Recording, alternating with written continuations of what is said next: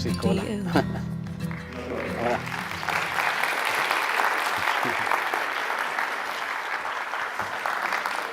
Ya.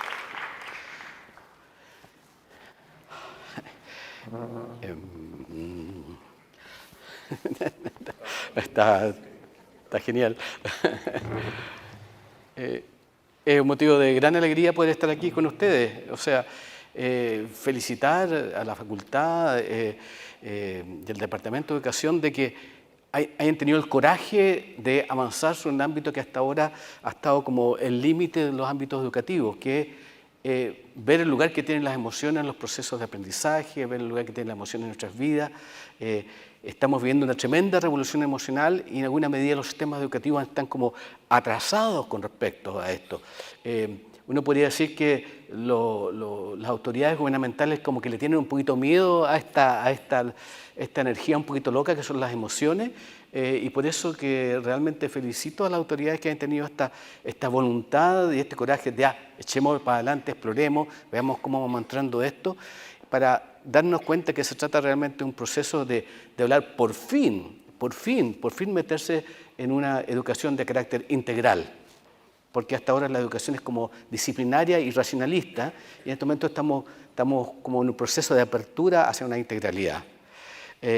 Parte de la integralidad, por supuesto, es ver el mundo de las emociones. Y entonces voy a pasar unas imágenes que voy a ir comentando y después intercambiar con ustedes si es que tienen ganas, preguntas o comentarios.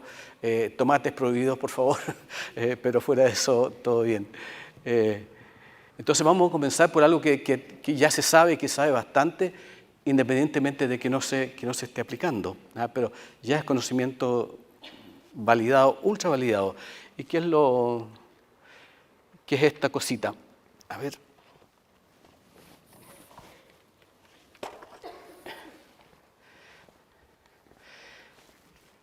Esto es lo que ya sabemos. Es el resultado de una investigación con 160.000 casos, una investigación muy validada, fue considerada por mucho tiempo la investigación que generó la base de datos más importante a nivel mundial. Este fue un seminario que hubo en Washington para analizar los datos, porque los datos eran bastante sorprendentes de lo que salieron de esta investigación. Como le digo, fue un montón de gente, 160.000 casos, 4 años de investigación, y esta es la síntesis de la síntesis de la síntesis. Entonces lo que muestra aquí es lo siguiente. Lo que nos interesa es estudiar qué es lo que afecta el rendimiento académico, qué es lo que produce una variación en el rendimiento de los alumnos, variación en los aprendizajes. Eso es de lo que estamos diciendo. Y hay una escala que no se entiende lo que dice, pero en realidad es una escala tipo puntaje SIMSE, horror. SIMSE, pero en fin, es para que sepamos de qué cosas se está hablando más o menos. Esta primera columnita, que representa 18 puntos, el estatus sociocultural de los alumnos. Esta es una gran noticia. Insisto de que esto fue considerada la mejor base de datos del mundo, la más sólida, la más confiable.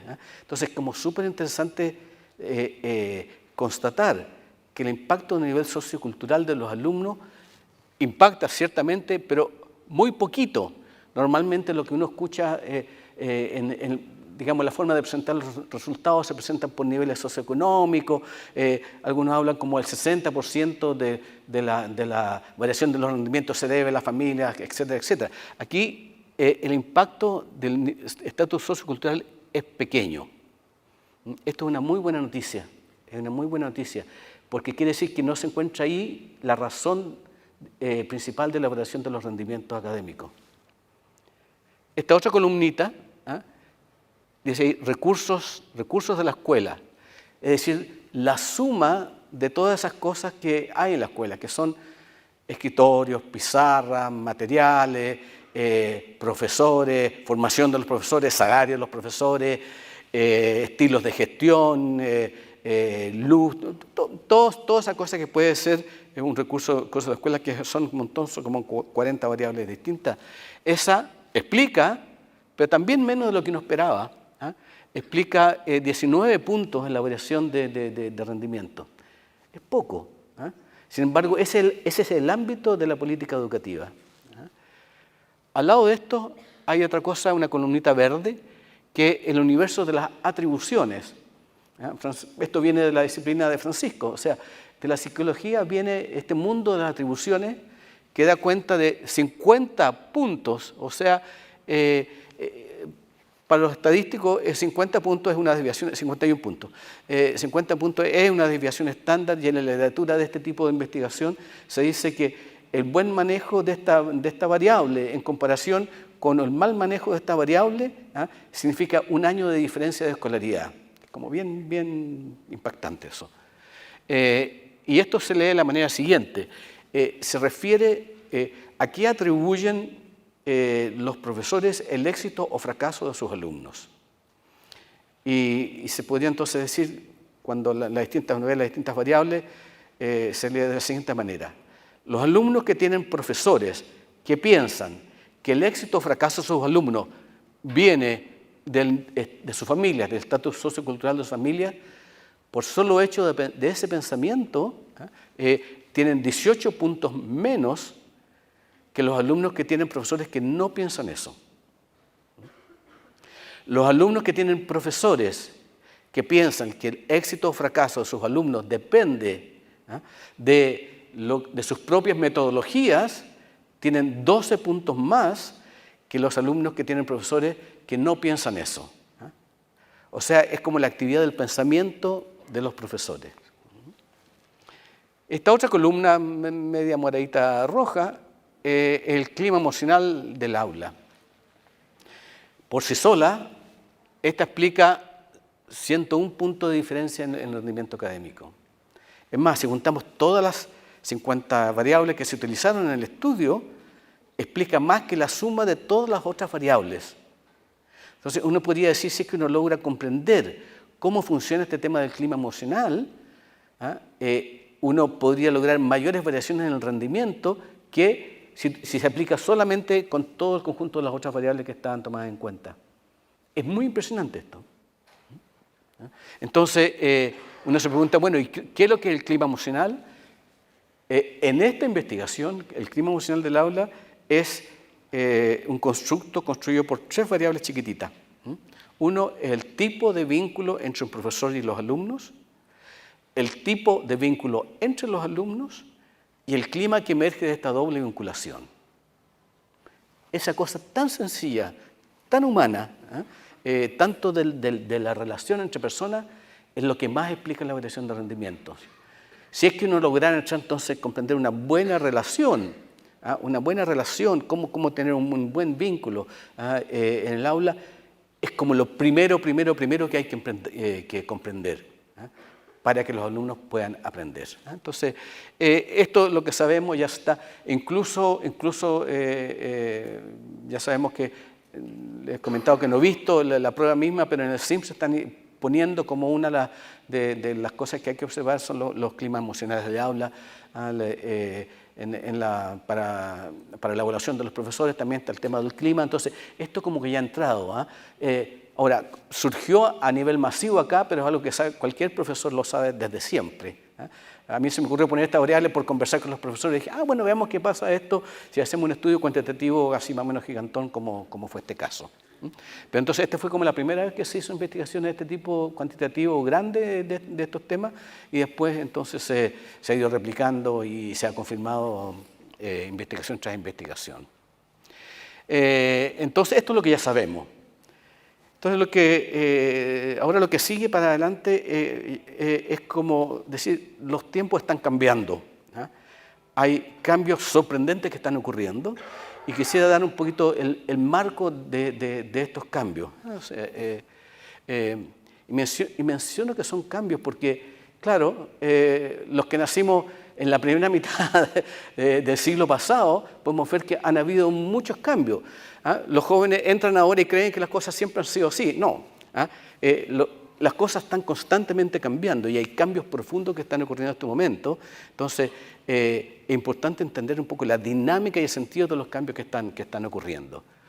Entonces, esto es lo que llamamos normalmente los cambios de paradigma. Ahí está el señor Thomas Kuhn, en los años 60, un biólogo que desarrolló este concepto, que se usó por mucho tiempo, después como dejó de usarse, yo creo que está volviendo porque es que lo que mejor expresa el tipo de cambio que está ocurriendo. Y lo que dice aquí entonces, un paradigma es un conjunto de conceptos, valores, percepciones, prácticas compartidas por una comunidad y constituye una particular visión de la realidad, visión que se constituye la base de la manera en que una comunidad se organiza.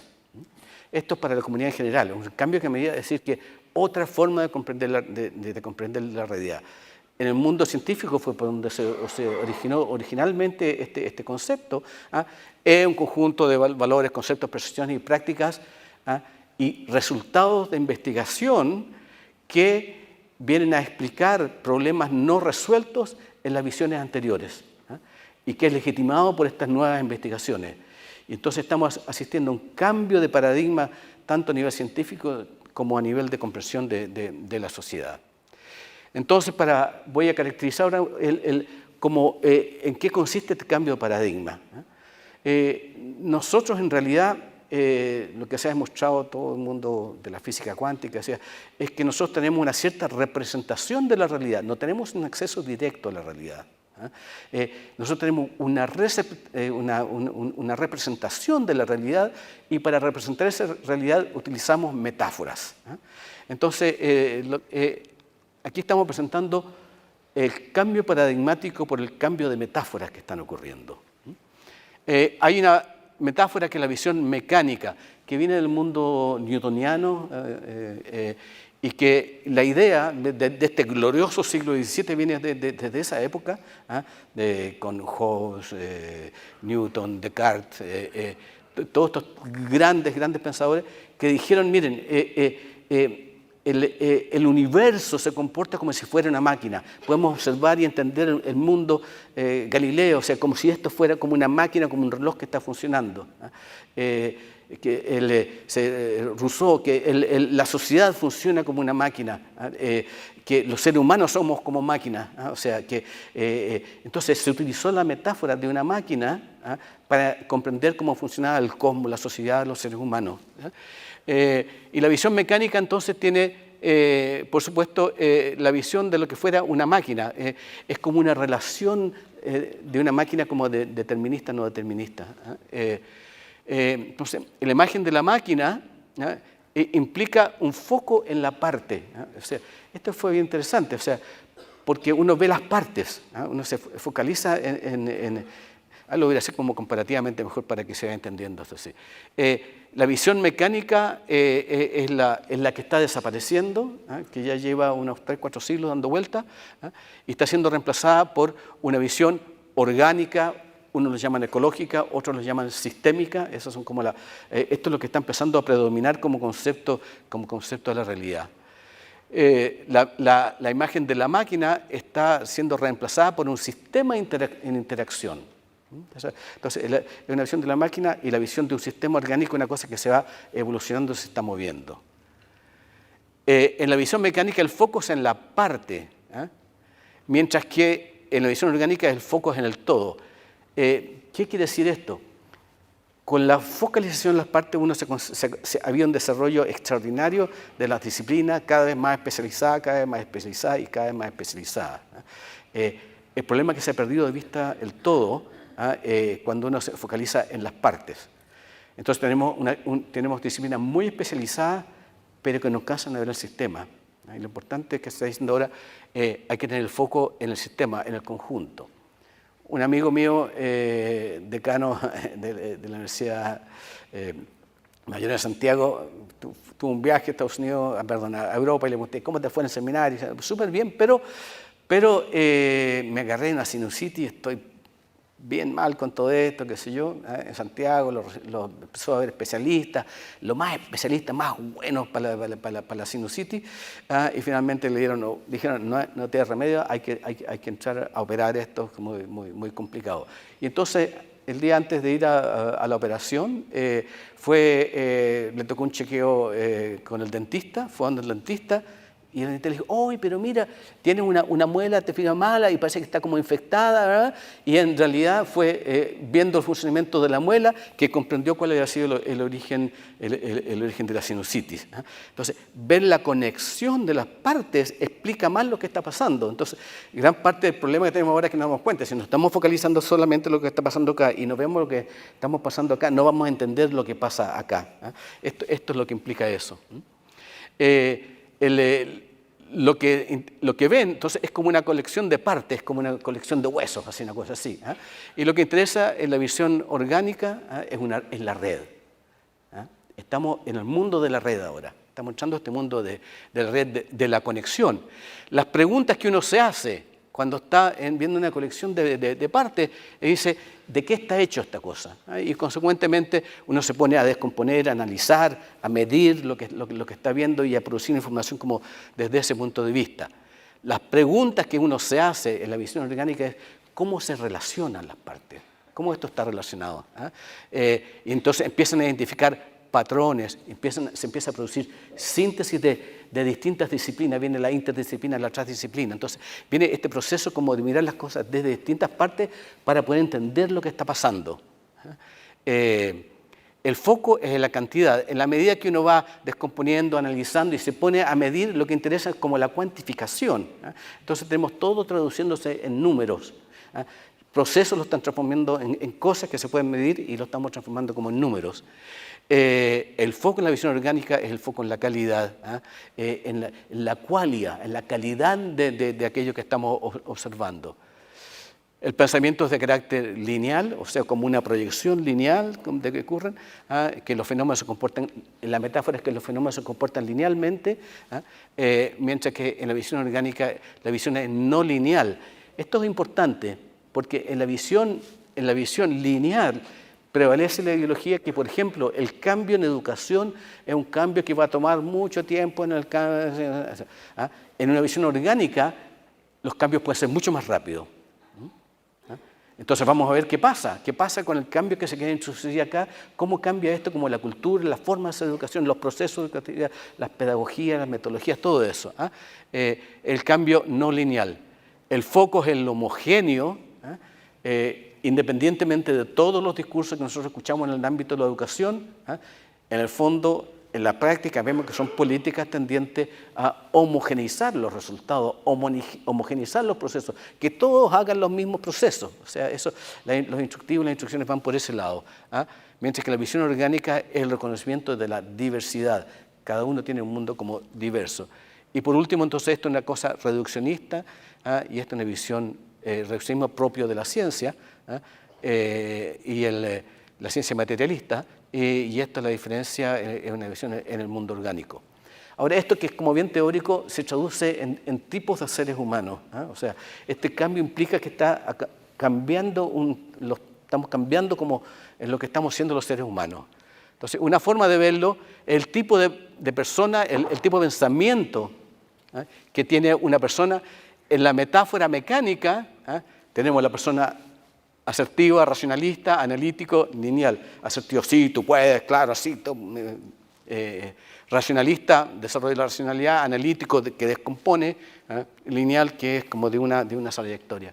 Orgánico, es integral, es ecológico en su visión, es emotivo, es sintético y es como no lineal. El tipo de pensamiento, la manera que, si es que uno se pone a pensar desde el paradigma mecánico, es una cierta forma de pensar, si es que uno se pone a pensar desde el paradigma orgánico, es otra forma de pensar. Los valores de las personas son distintos. En el mecánico tenemos la persona asertiva, expansiva, esta idea de que podemos seguir creciendo para siempre, o sea, que podemos seguir explotando la tierra, que esta cuestión no se cae nunca. Solamente los economistas pueden pensar eso. El valor en la competencia de unos con otros, foco en lo cuantitativo, lo único que cuenta son los números, cómo medimos esto, cómo sabemos que está funcionando o no, hay que medirlo, ese tipo de pensamiento. Y la relación son relaciones de dominación. Mientras que en el nivel del pensamiento, los valores orgánicos, lo que tenemos es un pensamiento integrativo, la preocupación es la conservación, el valor, la cooperación, foco en la cual, en lo cualitativo, en un paradigma de carácter participativo. Entonces, es como bien concretito y nos dice como, y bien interesante ver que cómo vamos cambiando la forma de pensar, los valores que estamos teniendo, según sea el paradigma que estamos metidos. Estamos en un proceso de movimiento, de cambio de paradigma, por lo tanto hay algunas hay dificultades, temblores, peleas, tensiones, pero se está moviendo para el otro lado. De lo que podemos rescatar, así como la forma más sintética posible, de este cambio de paradigmático son dos cosas. Lo primero es la emergencia de la subjetividad. ¿Qué quiere decir esto?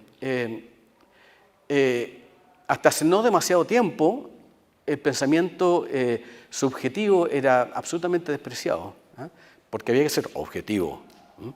Seamos objetivos, no vengas con esas cosas. Y lo que está ocurriendo ahora es que ha habido una emergencia muy radical de la valorización del mundo subjetivo.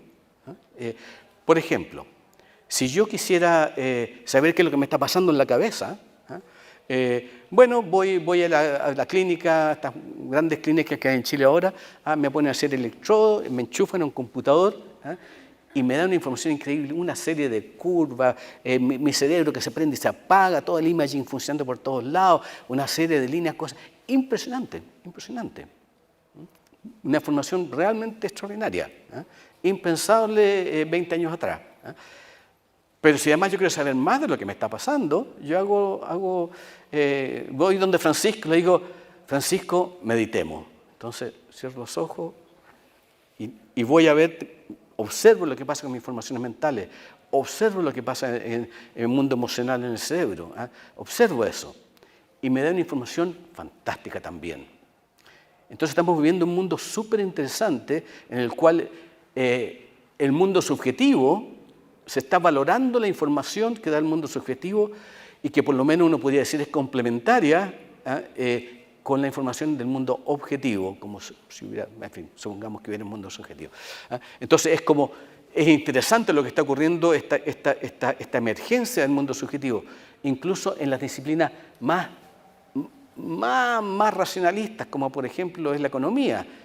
El homus económicos es la definición del ser racional, premios Nobel diciendo que las elecciones son racionales, la elección de los compradores y los consumidores son racionales.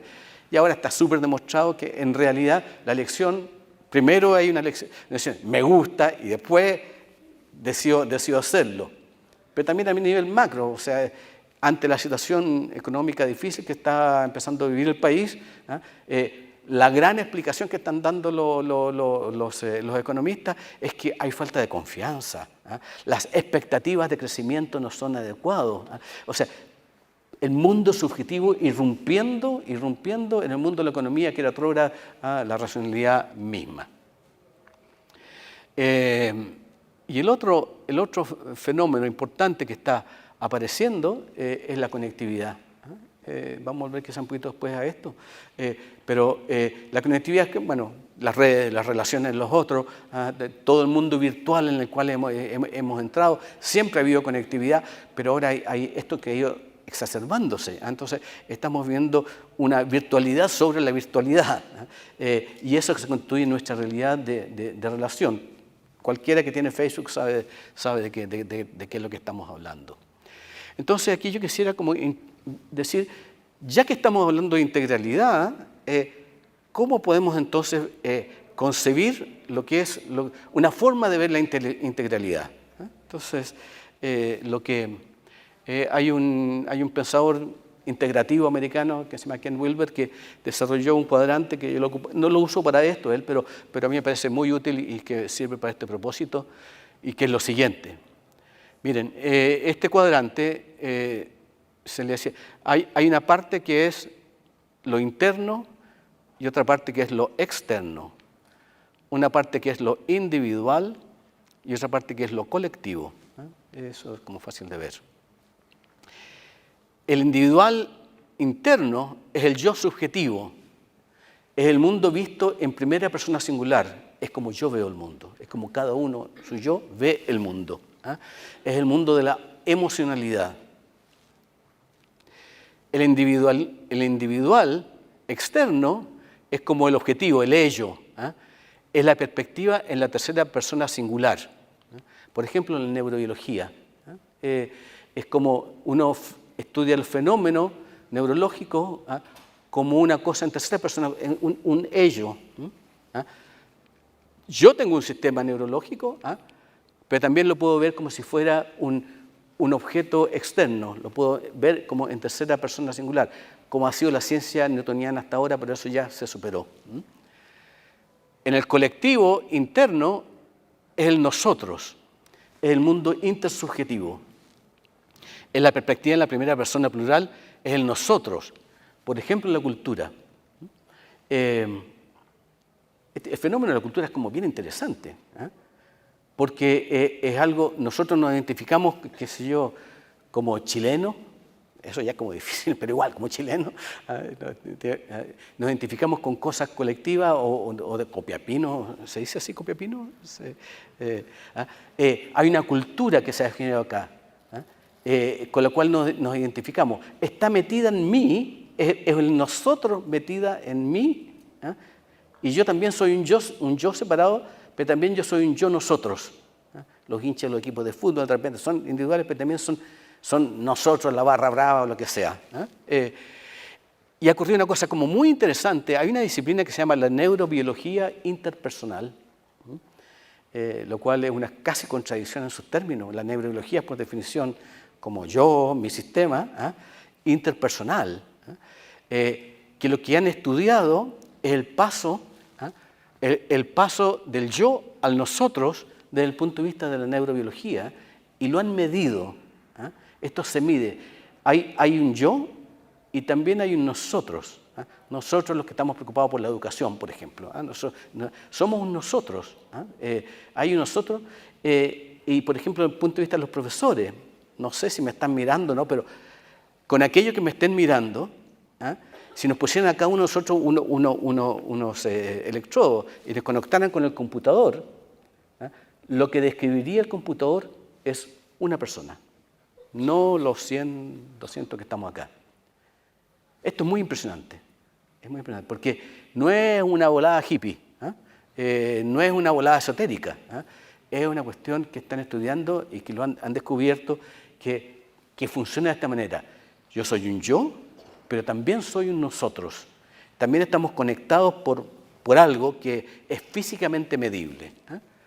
Y por último, el externo colectivo es interobjetivo, o sea, la interacción de los sistemas. El sistema educativo con el sistema de transporte, están como todos como sistemas externos que en alguna medida están relacionándose entre ellos. Si uno quiere comprender cómo están funcionando las cosas, entonces más vale que no se quede en una sola perspectiva, porque la información que da el yo, el interno individual, complementa lo que sea en el individual externo, el colectivo individual o el colectivo externo. Esto son distintas maneras de ver el mismo fenómeno y por lo tanto nos da mucho más información acerca de lo que está ocurriendo, nos permite comprender mejor lo que está ocurriendo y en la medida que comprendemos lo que está ocurriendo podemos diseñar acciones que puedan funcionar mejor. Es lejos mucho más potente, mucho más interesante que la metáfora mecánica. Entonces voy a decir un par de cositas sobre estas tres, sobre las emociones, las relaciones y los aprendizajes. En el centro hay una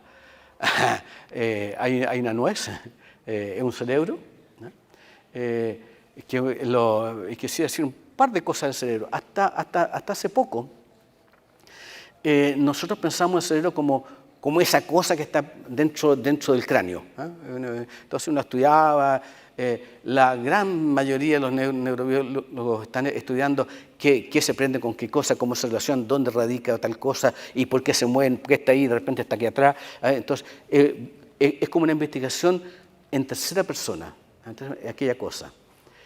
Y lo que están investigando otras personas están diciendo, sí, en realidad el cerebro es esta cosa que está ahí adentro, pero es sobre todo el órgano social que tenemos nosotros. El órgano que nos permite a nosotros la supervivencia, que nos permite relacionarnos unos con los otros. Basta que yo le haga un guiño a Francisco y como que ya sabemos qué hay que hacer. Somos súper débiles como especie, y sin embargo hemos sobrevivido gracias al cerebro. No por lo que piensa el cerebro, sino por la capacidad social que tenemos, que tiene cada uno de nuestros cerebros. Es como el mecanismo de relación. Cuando los primitivos salían a cazar mamuts, no tenían ninguna posibilidad de ganar el mamut. Pero íbamos por allá y decíamos, nos hacíamos señas ya y rodeamos al mamut sin decir una palabra. O sea, pura conexión. Yo estoy hablando con ustedes, ahora que los veo mejor, veo que le estoy enviando unas informaciones, estoy moviendo las moléculas en el aire y les llega a ustedes como un sonido.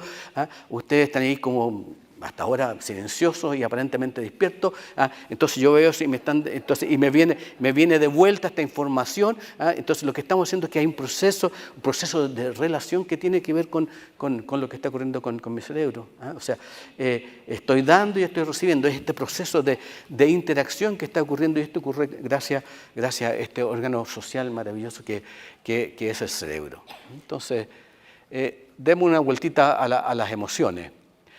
Yo llevo trabajando unos 18 años profesionalmente el tema de las emociones, y cada disciplina tiene una definición de las emociones. O sea, por ejemplo, Freud, o sea, para él Freud son pulsaciones del inconsciente. Que sea para Marx, gran filósofo social, emotivo por lo demás, decía, en la sociedad capitalista las personas están alienadas porque dependen de dónde están ubicadas en el proceso de producción, y como las personas se traducen en mercancías, están alienadas de sí mismas, y aquellos que están en una posición inferior en el proceso de producción están con una energía que les da mucha rabia, están con resentimiento, y el resentimiento es el motor de la lucha de clase. O sea, que las emociones están en la estructura social, en el tipo de estructura social. Lo mismo que los antropólogos que piensan que las emociones existen en la cultura. Otros dicen que existen, qué sé yo, en el cuerpo. Todos los bioquímicos, los fisiólogos, todos dicen que las emociones son péptidos nomás, una cosa de ese tipo. Entonces, aquí hay cosas que están ocurriendo como son del cuerpo. Otros, los cognitivistas, dicen, bueno, viene de las palabras son las que crean las emociones. Otros, los que me gustan más a mí, que dicen que las emociones están en la conciencia, como filósofos como Sartre, que plantean que la perturbación en el cuerpo nos está diciendo que estamos en la presencia de una emoción. No es producto del cuerpo, sino que reconocemos la presencia. Entonces, cada disciplina tiene su definición, y lo cual es un problema trabajar sin definiciones oficiales. Entonces, lo que yo dije, ya, bueno, igual yo tengo que trabajar con la emoción, me voy a proponer una definición como operacional que me sirva a mí para poder trabajar con ella. Y entonces, para mí las emociones son un flujo de energía encarnada. Un flujo que son procesos. Las emociones no son cosas, de hecho nada es una cosa. Pero especialmente las emociones son procesos, son energías, un flujo de energía, se mueven, están contadas, vienen, dan su cuento y después tienden hacia la tranquilidad desapareciendo. Es una cosa preciosa de las emociones eso. Nos dan su energía, nos dan su regalito, su secreto que traen, y después tienden hacia la tranquilidad.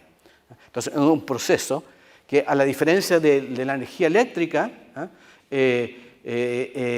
no es una que anda de vuelta al aire, sino que es una energía que está en el cuerpo. Si yo quiero saber qué es lo que me está pasando, me voy a ver en el cuerpo, a ver qué es lo que voy a comer hoy día. Me voy a comer un salmón, o lo que sea. Entonces, está en el cuerpo, es una energía que está en nuestro cuerpo. Todo lo que nos ocurre a nosotros como seres humanos nos ocurre en el cuerpo. Maravilloso cuerpo, maravilloso y misterioso cuerpo. Una palabra así que la energía, la definición etimológica de la palabra energía viene del griego y significa trabajo. O sea, que la energía produce una acción, produce una transformación, motiva la acción. Todo lo que nosotros hacemos está impulsado por una energía emocional. Entonces, una de las razones por las cuales ciertamente que hay que investigar y explorar el mundo emocional es para entender por qué estamos haciendo lo que estamos haciendo. Y comprender que las personas hacen las cosas porque están impulsadas por una energía emocional que no sabemos cuál es, pero hay una energía emocional que nos lleva a la acción. Por eso que es una energía, es bonito que es de carácter relacional. Es decir, que es una energía que no surge sola, sino que surge siempre de una relación. Y esto tiene una importancia muy grande, porque es relacional, es conexión. ¿Se acuerda que hablamos de la conectividad? Al principio, la subjetividad y la conectividad. Entonces, la emoción es la esencia de la conexión, porque surge de la relación mía con el mundo que me rodea, sean personas, sea etc. Es como bien importante esto, porque la construcción que yo hago del mundo es principalmente de carácter emocional. O sea, lo que desde distintas disciplinas ya hay como un acuerdo que dice que lo primero que hay en una relación con el mundo es la emoción. Aquello que no me llama la atención no entra en mi mundo. Lo que me llama la atención entra en mi mundo. Entonces, lo primero es que en mi relación con el mundo, en mi forma de construir el mundo, yo tengo una relación emocional con el mundo. Segundo, percibo lo que me llama la atención. Y tercero, lo transformo en un concepto, en un pensamiento, en una interpretación. Esto es como bien importante, este es un giro como bien mayúsculo de ver que nosotros procedemos de la emoción, la percepción, a la conceptualización. Porque antes uno pensaba que la percepción venía antes de la emoción. Yo veo un perro atacándome, ahí porque lo veo, me asusto y corro. Eso ya no corresponde a nuestra estructura humana. Primero tengo la emoción del perro, después veo que viene un perro, porque puede haber sido que ha sido cualquier otra cosa, y después lo conceptualizo de alguna manera. Es importante mantener eso en mente, porque esto quiere decir que el mundo en el cual yo vivo, mi mundo, lo he construido yo mismo. Mi mundo es distinto del mundo de cada uno de ustedes, porque cada uno se ha construido su mundo a partir de su experiencia emocional del mundo. Lo único que nosotros tenemos es la experiencia emocional de nuestro mundo. Y cada uno tiene su experiencia emocional de su propio mundo.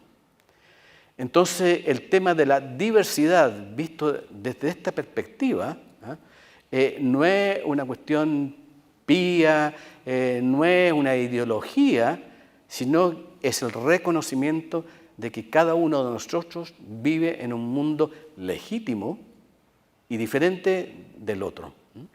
Entonces, es de la naturaleza del mundo humano que sea un mundo diverso. Contrastemos esto con el tema de la homogeneidad. O sea, por eso que es importante el paso que está dando. Y por último, es algo que vehicula información. Es la información sobre el mundo, la información sobre las otras personas, y sobre todo la información que me da a mí sobre mí mismo. Yo les comentaba, por ejemplo, a los colegas que, por ejemplo, si yo veo a un tipo con un palo pegándole a un perrito, a mí me da rabia. A otra persona puede que no le dé rabia y deja, hay tanto quiltro suelto. Pero a mí me da rabia y me dan ganas de ir a parar este gallo porque la energía emocional me da esta energía para ir a parar esta cosa. Preciosa la energía de la rabia. Entonces, no solamente me da esta capacidad de acción, sino que al mismo tiempo me está diciendo, Juan, dado que te da rabia esta injusticia que tú estás viendo y que estás animándote a tratar de pararlo, a pesar de ponerte en riesgo, esto a ti te debería decir que tú eres un hombre justo, que para ti el valor de la justicia es importante y por lo tanto puedes actuar.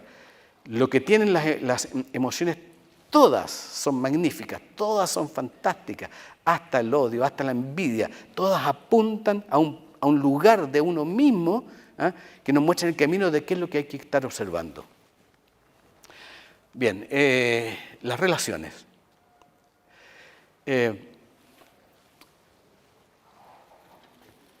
La relación tiene que ver con la experiencia. La experiencia surge de la relación. Lo único que tenemos nosotros son relaciones. Y hay una cosa como muy interesante. La experiencia se traduce en términos de neurobiología en un intercambio, un nuevo cableado que se va produciendo en el cerebro.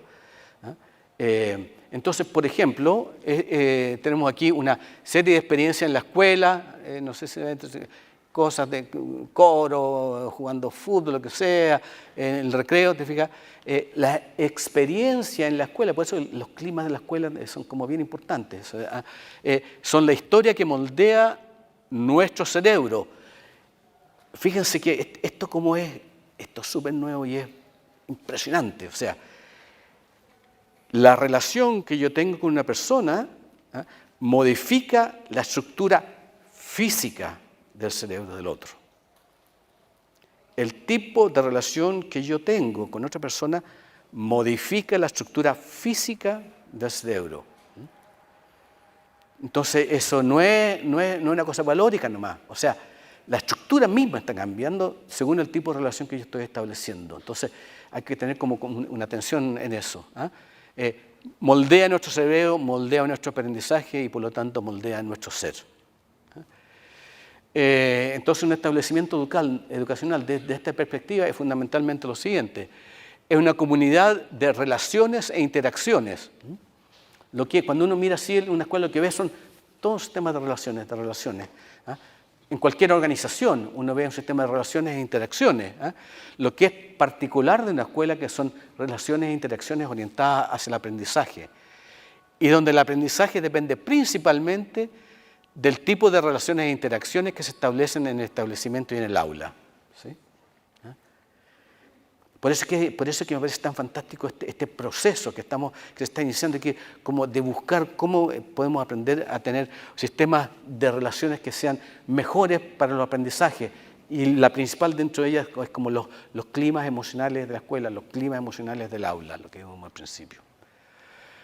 Entonces hay que entender el tema de cómo son los sistemas de relaciones en el aula. Se dan cuenta que el sistema de relaciones e interacciones orientado al aprendizaje, eso es como lo que cuenta. No son tanto los libros, los PowerPoints, las proyectoras, los televisores, lo que sea, ni los bancos. Lo que cuenta son los sistemas de relaciones principalmente. Los otros son apoyos al otro. Lo que importa son los sistemas de relaciones. Y entonces aquí hay como un conjunto de relaciones que se dan en el aula. La primera es el profesor consigo mismo, que es de conciencia reflexiva emocional. Esto da para hablar todo el rato, así que lo voy a como nombrar así. Una segunda es el profesor con los alumnos. La primera es que cuando el profesor está en clase tiene que saber lo que está haciendo, dado este efecto de modulación, este efecto de relación, está contento, le cargan lo que está haciendo. Todo eso afecta a los aprendizajes, lo que uno se dice a sí mismo. O sea, eso es como bien central. El profesor con los alumnos, los tipos de vínculos, el tipo de comprensión emocional que empieza a generarse ahí. El alumno consigo mismo, similar al profesor consigo mismo, pero el alumno consigo mismo, una conciencia reflexiva. En última instancia, lo único que uno tiene que aprender en la escuela es que al salir tener alguna idea de más o menos quién es. De tener algún tipo de conciencia de quién es uno. Y que no es solamente un puntaje resultado de una prueba simple orientado a una inteligencia lógico-matemática. ¿Qué pasa si yo soy músico, me gusta la música? Si mi ser se define en el mundo musical, la escuela no me lo puede dar porque no hay ni música y porque no hay arte y porque no hay cosas, no hay historia ni cosas. Entonces, la escuela es el lugar donde uno puede empezar a tener una concepción de quién podría ser, qué tipo de ser uno es. Los alumnos con los otros alumnos, vínculo de comprensión emocional, y el alumno con su aprendizaje, la relación del alumno con su aprendizaje, y viene todo el tema de la motivación en este aspecto. Estos son como 5 sistemas, es un sistema de 5 relaciones que uno conviene analizar y ver cómo pueden funcionar si acaso uno quiere tener mejores aprendizajes en la escuela. Y por último, vamos a darle una vueltita al tema de los aprendizajes. Es una palabra que se utiliza mucho, se define que estamos haciendo estas cosas para mejorar los aprendizajes, etcétera, bien, pero el problema es que hay distintas comprensiones de qué es lo que es el aprendizaje. Entonces aquí podemos revisar un par. Uno, un tipo de aprendizaje es incorporar información, o sea, de estoquear en la memoria, o sea, guardar información. Información es poder, así que tengo guardo como información. Otra forma, otro aprendizaje es incorporar información y repetir. Es como un aprendizaje visto como devolución, de tal manera que si yo he aprendido, he estocado cosas en mi memoria y me piden que me hacen una prueba para que yo la devuelva al profesor que lo digo, entonces lo devuelvo a través de esta devolución. Una tercera manera de ver el aprendizaje tiene que ver con incorporar información y hacer, es decir, el desarrollo de una competencia, de tal manera que si me preguntan si yo sé algo, yo puedo demostrar mediante la acción que puedo hacer algo. Un cuarto tipo de aprendizaje es el procesamiento de la información, que es la generación de sentido y de reflexión. Cada vez que voy incorporando nuevas informaciones, más allá de la memoria, de devolución de la competencia, voy como construyendo un nuevo sentido. Y esto, la construcción de sentido, es como algo muy importante para operar en un mundo que no tiene mucho sentido. Entonces, la generación de sentido es algo como importante. Y por último, el cambio de relación con la realidad, que es el proceso de integración. Fíjense que aquí hay como, estas tres son como un cierto género, un cierto tipo. La educación chilena como que se mueve entre la devolución y la competencia. Por ese lado se está muy centrado el tema de las pruebas, los controles, las evaluaciones, etc. Corresponden a una visión newtoniana del mundo, que hay un mundo afuera, que hay una verdad afuera y el profesor se encarga entonces de transmitirla. Corresponde a una cierta pedagogía que uno le transmite y le mete esta información de afuera, se la mete en la cabeza de los alumnos y yo pido que me la devuelva bajo distintas formas. Corresponde a la visión conductista del aprendizaje, ¿sí? Corresponde a cómo los animales aprenden, corresponde a ese mundo. De ahí salió, de ahí se generó, de ahí vienen las relaciones, de ahí vienen las teorías, y es como una vergüenza que esto a veces tenga un lugar tan dominante en la educación de los humanos, pero en fin. Esto, el cuarto y el quinto, corresponden a otra teoría, a lo que estudiamos en la universidad, que todos sabemos que todo científico cognitivo sabe que nosotros aprendimos constructivistamente. Todos saben, los humanos aprendemos generando sentido, construyendo sentido. Cada nueva información va modificando el sentido. Lo voy construyendo a partir de mi experiencia, de lo que yo traigo. Esto lo sabemos todos. El problema es que cuando uno ya llega a la escuela de vuelta, entonces volvemos a la visión más conductista del aprendizaje. Y por último, el aprendizaje como un cambio de relación con la realidad, que es la comprensión de que yo soy parte de la realidad. En el mundo newtoniano, el mundo de la máquina, hay un objeto allá afuera y yo estoy aquí observándolo, yo soy el observador externo. Lo que hizo la revolución cuántica 100 años atrás, porque esto ya hace 100 años atrás, nos está diciendo que yo estoy aquí adentro, que yo soy parte de la realidad y mi relación de la realidad se modifica con mi presencia, con mi observación, y especialmente a través de las preguntas que lo que yo haga ante los fenómenos que estoy involucrado. Esto vengo llegando a un congreso así de cuántico en Estados Unidos y conversando con ellos me decían, mira, lo más importante es la pregunta, porque al hacer una pregunta todos los factores se ordenan de manera distinta y de ahí, en esta relación de la pregunta con la posible respuesta, los factores se ordenan de manera distinta. O sea, yo estoy metido, yo soy parte de la realidad y juego con la realidad a través de las preguntas que estoy haciendo. O sea, estoy integrado con la realidad.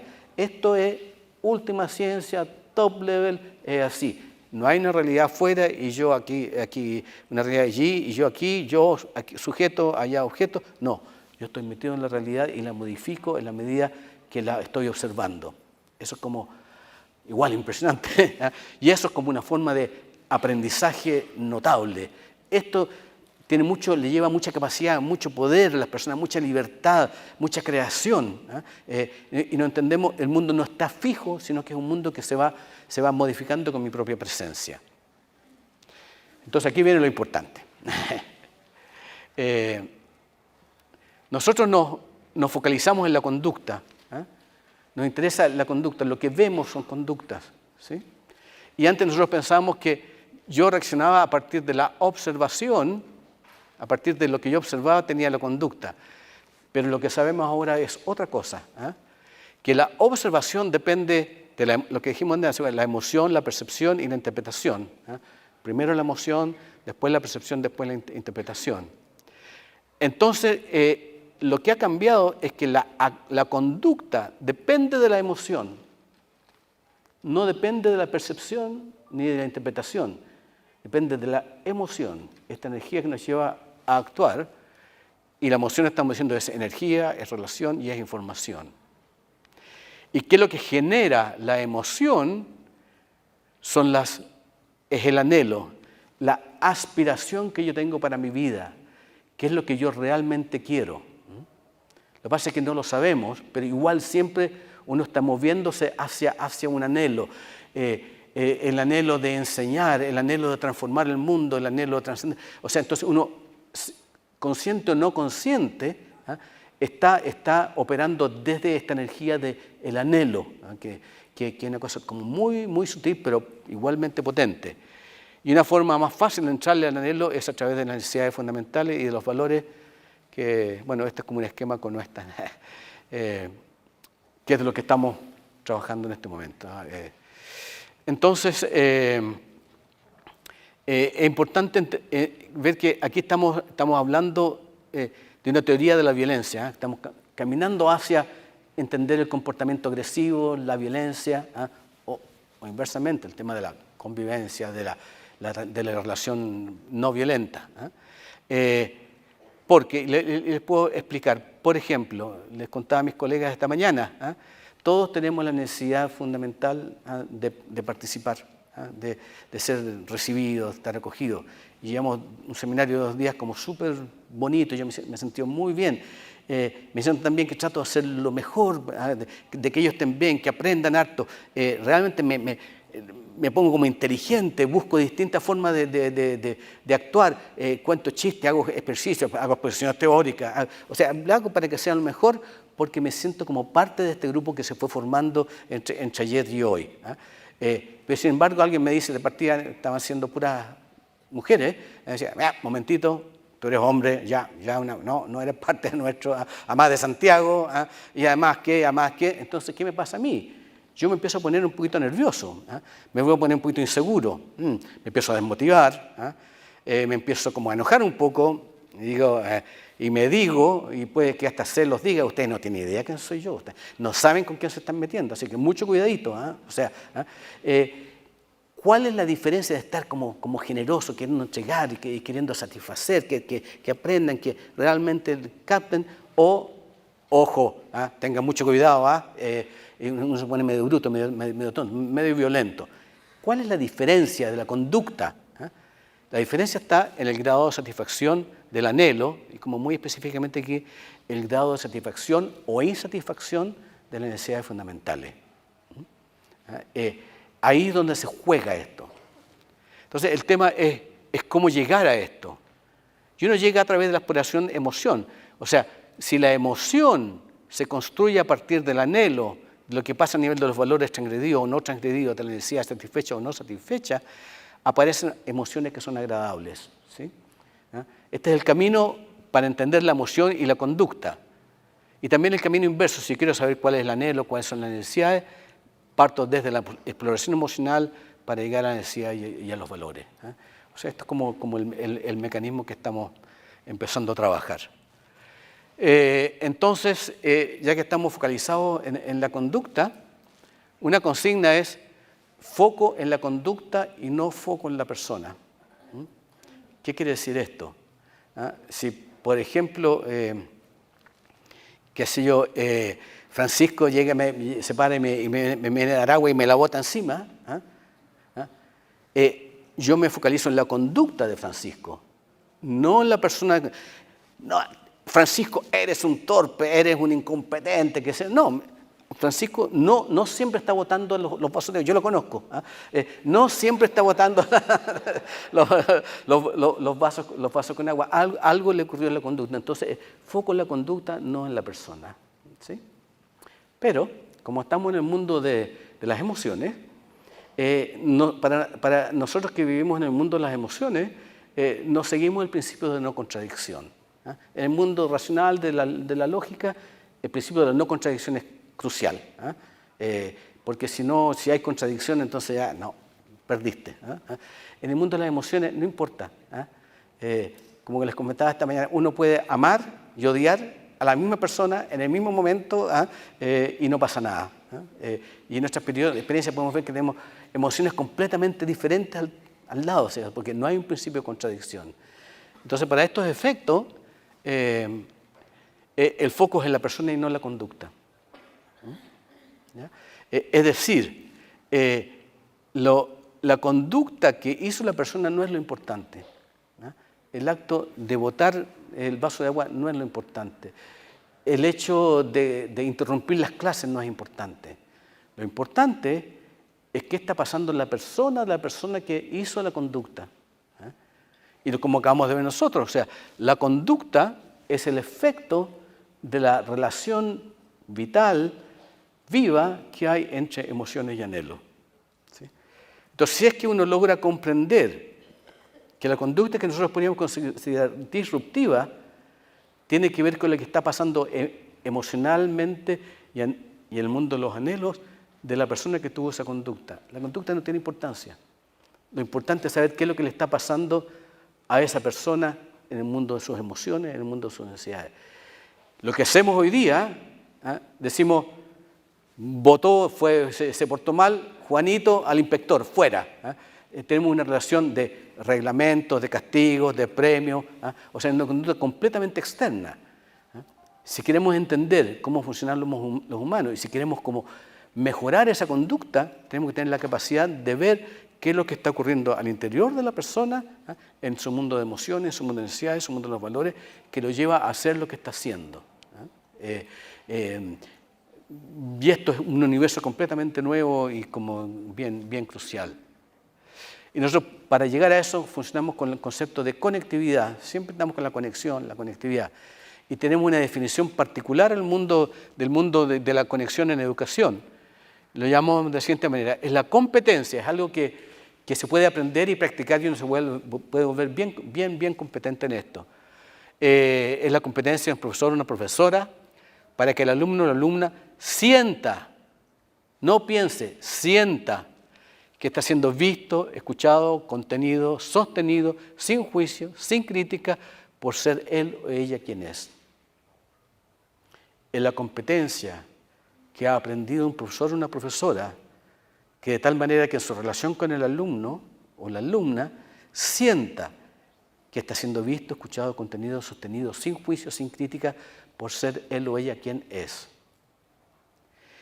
Es como súper triste que estamos viviendo en un mundo donde la gran mayoría de las personas no hemos tenido esa experiencia.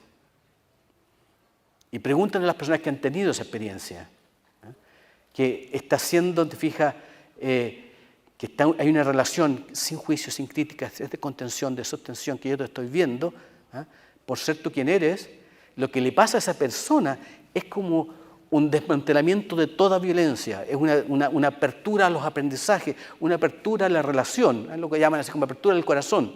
Si uno logra tener en los procesos de aprendizaje, en la relación, vínculo profesor-alumno, conexiones de este tipo, en vez de estar diciéndole no seas como eres, sino que sé como yo quiero que tú seas, que es lo que uno dice normalmente, fuera porque te estás haciendo como eres, y uno termina en el colegio la experiencia que uno es malo, y por lo tanto hace maldades por el resto de su vida, abrirse como a la conexión, a la relación, a este mundo de la subjetividad, a este mundo de la conectividad.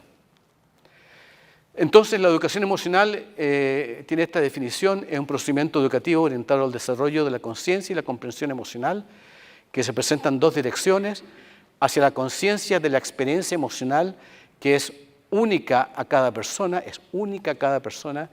y que por lo tanto revela el núcleo de su personalidad, y hacia la conciencia emocional y hacia la comprensión emocional, que es el proceso intersubjetivo mediante el cual una persona se vincula con la experiencia emocional de otra persona.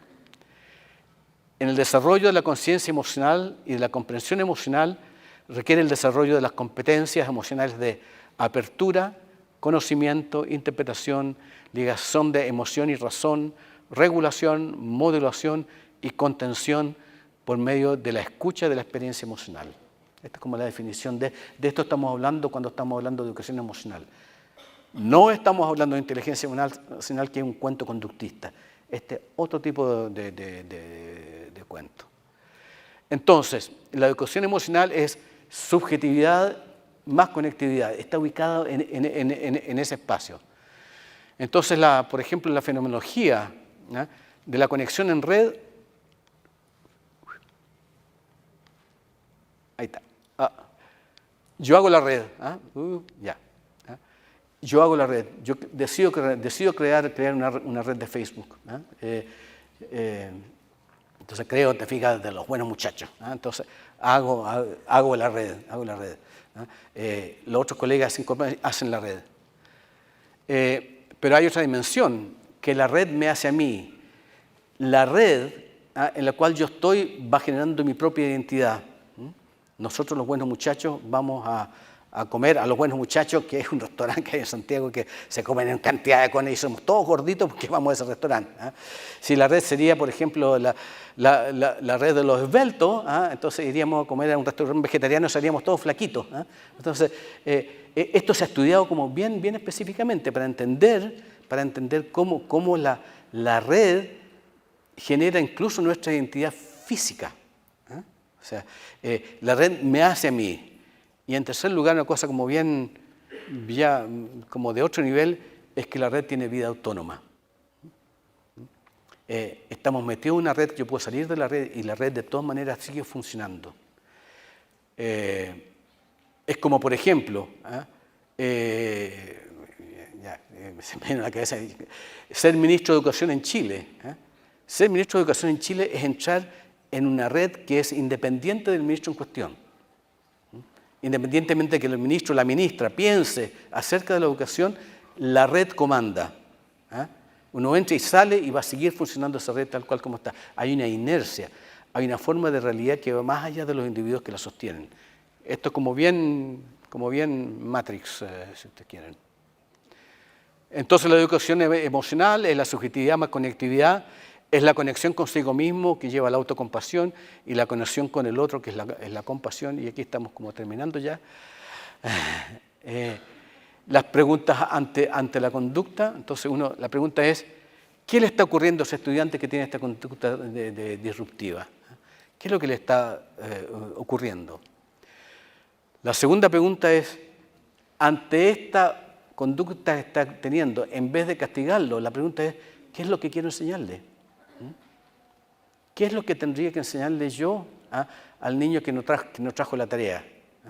En vez de decirle, no trajiste la tarea, y el policía, es que usted no sabe lo que pasó, tú no trajiste la tarea fuera, de nuevo. ¿Qué es lo que le quiero enseñar?